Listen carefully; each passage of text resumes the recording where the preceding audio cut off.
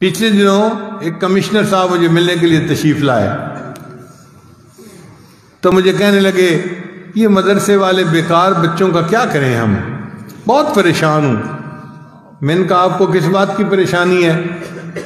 کہنے لگا کہ دیکھیں نا، یہ پڑھ لکھ کے بیکار ہوتے ہیں، کسی کام کے نہیں ہوتے، نہ کوئی ان میں سے ڈاکٹر ہوتا ہے، نہ کوئی انجینئر ہوتا ہے، کما کچھ نہیں سکتے، سوسائٹی کے قابل نہیں ہوتے۔ ہم اتنے لاکھوں طلباء کا کیا کریں؟ میرا تو دل چاہتا ہے مدارس کو بند کر دیا جائے۔ پھر میں نے کہا کہ کمشنر صاحب میں آپ کو چند باتیں کہوں گا، آپ برا نہ منائیے گا۔ کہتے ہیں ٹھیک ہے۔ میں نے کہا کہ یہ جو چند درویش قسم کے لوگ ہیں نا طلباء، یہ ہیں شہزادے، اور ان شہزادوں کی وجہ سے اللہ آپ کو بھی رزق دے رہا ہے۔ تو حیران ہو کے پوچھتے ہیں کیا مطلب؟ میں نے کہا ان کے قرآن پڑھنے کی وجہ سے اللہ آپ کو رزق دیتا ہے۔ اگر یہ نہ ہوتے تو باقی لوگوں کو تو اللہ پینے کو ایک گھونٹ پانی بھی نہ دیتا۔ حدیث مبارکہ میں ہے کچھ اللہ کے بندے ایسے ہوتے ہیں وَبِهِمْ يُنْصَرُونَ، اللہ ان کے ذریعے باقیوں کی مدد کرتے ہیں۔ وَبِهِمْ يُمْطَرُونَ، ان کے صدقے اللہ بارشیں برساتے ہیں۔ وَبِهِمْ يُرْزَقُونَ، اور ان کی وجہ سے اللہ باقیوں کو بھی رزق عطا فرما دیتے ہیں۔ میں نے کہا کہ حدیث پاک میں آتا ہے اللہ تعالیٰ کسی قوم پہ عذاب کا ارادہ کرتے ہیں، مسجد میں ایک طالب علم اللہ اکبر کی آواز دیتا ہے، اللہ اکبر کی بات سن کر اللہ کو پیار آ جاتے ہیں، اللہ عذاب مؤخر کر دیتے ہیں۔ اگر یہ تمہارے شہروں کا معاملہ ہوتا جو تم نے کلب بنائے ہوئے ہیں اور جو تم نے بازاروں کے اندر عریانی فحاشی پھیلائی ہوئی ہے، تو اللہ کسی کو پینے کو ایک گلاس پانی نہ دیتے۔ اگر تمہیں کچھ مل رہا ہے تو ان فقیروں کی وجہ سے مل رہا ہے۔ تو اب ان کو تھوڑا دماغ میں بات آئی۔ میں نے کہا کہ دیکھیں ہمارے پاس مثالیں ہیں کہ زیادہ کھا کے تو مر گئے، ایسی مثال کوئی نہیں کہ کوئی بھوکا مر گیا ہو۔ میں نے کہا کمشنر صاحب آپ کا اتنا بڑا ایریا ہے، آپ فیصل آباد، جھنگ، فلاں، ٹوبہ، اتنے ضلعوں کے کمشنر ہیں، ڈپٹی کمشنر کے بھی اوپر۔ اب آپ مجھے بتائیے آپ نے کبھی سنا ہو کہ کوئی حافظ، کوئی مولوی بھوک پیاس سے مر گیا ہو؟ کہتے نہیں سنا۔ پھر میں نے کہا اچھا میں اب آپ کو ایک بات اور بتاؤں کیا؟ میں نے کہا کہ آپ کی وجہ سے ہمارے پیٹ اللہ نے بڑھا دیے ہیں۔ اب یہ بات ان کے سمجھ میں نہیں آئی۔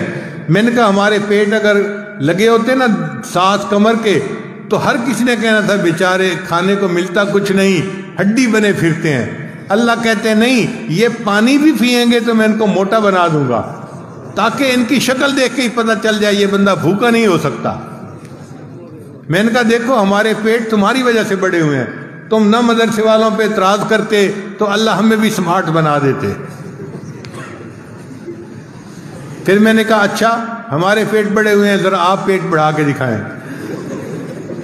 تو میں نے کہا ہے کوئی آفیسر جو اپنا پیٹ بڑھا کے دکھائے؟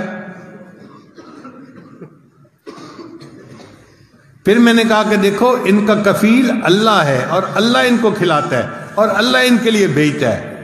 اسی لیے کوئی مدرسے والے کسی گورنمنٹ کے پاس نہیں جاتے جی کہ ہم مجبور ہیں، اب ہمیں آپ سے امداد چاہیے۔ میں نے کہا اپنی امداد رکھیں اپنے پاس، ہمیں بندوں سے کچھ نہیں چاہیے، ہمیں بندوں کا پروردگار دیتا ہے۔ الیس اللہ بکاف عبدا، کیا اللہ اپنے بندے کے لیے کافی نہیں ہے؟ ہم قسم اٹھا کے کہتے ہیں ہمارا اللہ ہمارے لیے کافی ہے۔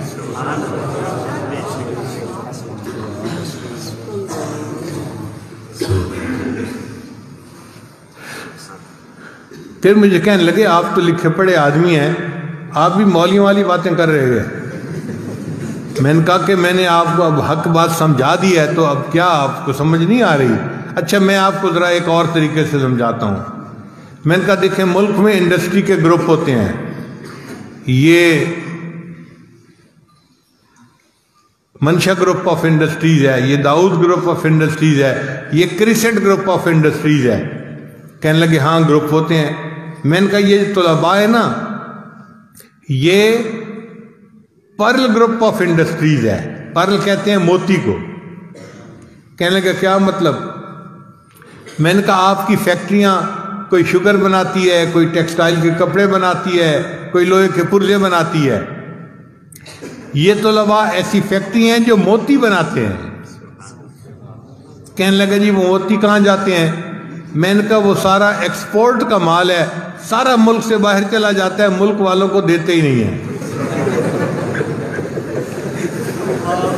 کہنے لگے آپ مذاق کر رہے ہیں پیر صاحب؟